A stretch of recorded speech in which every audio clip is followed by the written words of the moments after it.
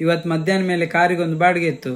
ಅದಕ್ಕೆ ಬೆಳಿಗ್ಗೆ ಬೇಗ ಎದ್ದು ಕಾರ್ ವಾಶ್ ಮಾಡೋಣ ಅಂತ ಅನ್ಕೊಂಡಿದ್ದೆ. ಹಾಗೇನೆ ಕಾರ್ ವಾಶ್ ಮಾಡ್ಲಿಕ್ಕೆ ಸ್ಟಾರ್ಟ್ ಮಾಡಿದೆ. ಫಸ್ಟ್ ಒಳಗಡೆ ಎಲ್ಲ ಕ್ಲೀನ್ ಮಾಡ್ಕೊಂಡು ಹೊರಗಡೆ ಇನ್ನೇನು ಸ್ಟಾರ್ಟ್ ಮಾಡಬೇಕು ಅಂತ ಮಿಷಿನ್ ಸ್ಟಾರ್ಟ್ ಮಾಡುವಾಗ ಪವರ್ ಕಟ್ ಆಗಿತ್ತು. ಅದಾದ್ಮೇಲೆ ಸ್ವಲ್ಪ ಹೊತ್ತು ಬಿಟ್ಟು ಪವರ್ ಬಂತು. ವಾಪಸ್ ವಾಶ್ ಮಾಡ್ಲಿಕ್ಕೆ ಅಂತ ಹೋಗುವಾಗ ಜೋರಾಗಿ ಮಳೆ ಸ್ಟಾರ್ಟ್ ಆಯ್ತು. ಇದೆರಡು ಮುಗಿದ್ಮೇಲೆ 10 ಗಂಟೆ ಆಚೆ ಕಾರ್ ವಾಶ್ ಮಾಡ್ಲಿಕ್ಕೆ ಸ್ಟಾರ್ಟ್ ಮಾಡಿ ಒಳಗಡೆ ಮತ್ತೆ ಹೊರಗಡೆ ಕ್ಲೀನ್ ಮಾಡಿ ಮುಗಿಸಿದೆ. ಸಂಜೆ 4 ಗಂಟೆ ಆಚೆ ಕಸ್ಟಮರ್ ಕಾಲ್ ಮಾಡಿ ಅವರನ್ನು ಪಿಕ್ ಮಾಡ್ಲಿಕ್ಕೆ ಕೃಷ್ಣ ಮಠದ ಪಾರ್ಕಿಂಗ್ ಹತ್ರ ಕರೆದಿದ್ರು. ಆಯ್ತು ಅಂತ ಅವರನ್ನು ಪಿಕ್ ಮಾಡಿದೆ. ಕಸ್ಟಮರ್ ಆಕ್ಚುಲಿ ಒಂದು ಮೀಟಿಂಗ್ ಗೋಸ್ಕರ ಬಂದಿದ್ರು. ಅವರ ಹತ್ರ ಜಾಸ್ತಿ ಟೈಮ್ ಇಲ್ಲ, ನೀನೇ ಒಂದೆರಡು ಪ್ಲೇಸ್ ಗೆ ಕರ್ಕೊಂಡು ಹೋಗ ಅಂತ ಹೇಳಿದ್ರು. ಅದಕ್ಕೆ ನಾನು ಡೈರೆಕ್ಟ್ ಅವರನ್ನು ಸೀದಾ ಕಾಪು ಮಾರಿಗುಡಿಗೆ ಕರ್ಕೊಂಡು ಹೋದೆ. ದೇವಸ್ಥಾನದಲ್ಲಿ ಮಾಡಿರೋ ವರ್ಕ್, ಆ ದೊಡ್ಡ ಗಂಟೆ ಮತ್ತೆ ಮೇಂಟೈನ್ ಮಾಡಿದ ರೀತಿ ಎಲ್ಲ ನೋಡಿ ಅವರಿಗೆ ತುಂಬಾ ಖುಷಿ ಆಯ್ತು. ಅದಾದ್ಮೇಲೆ ಕಾಪು ಲೈಟ್ ಹೌಸ್ ಹತ್ರ ಕರ್ಕೊಂಡು ಹೋದೆ.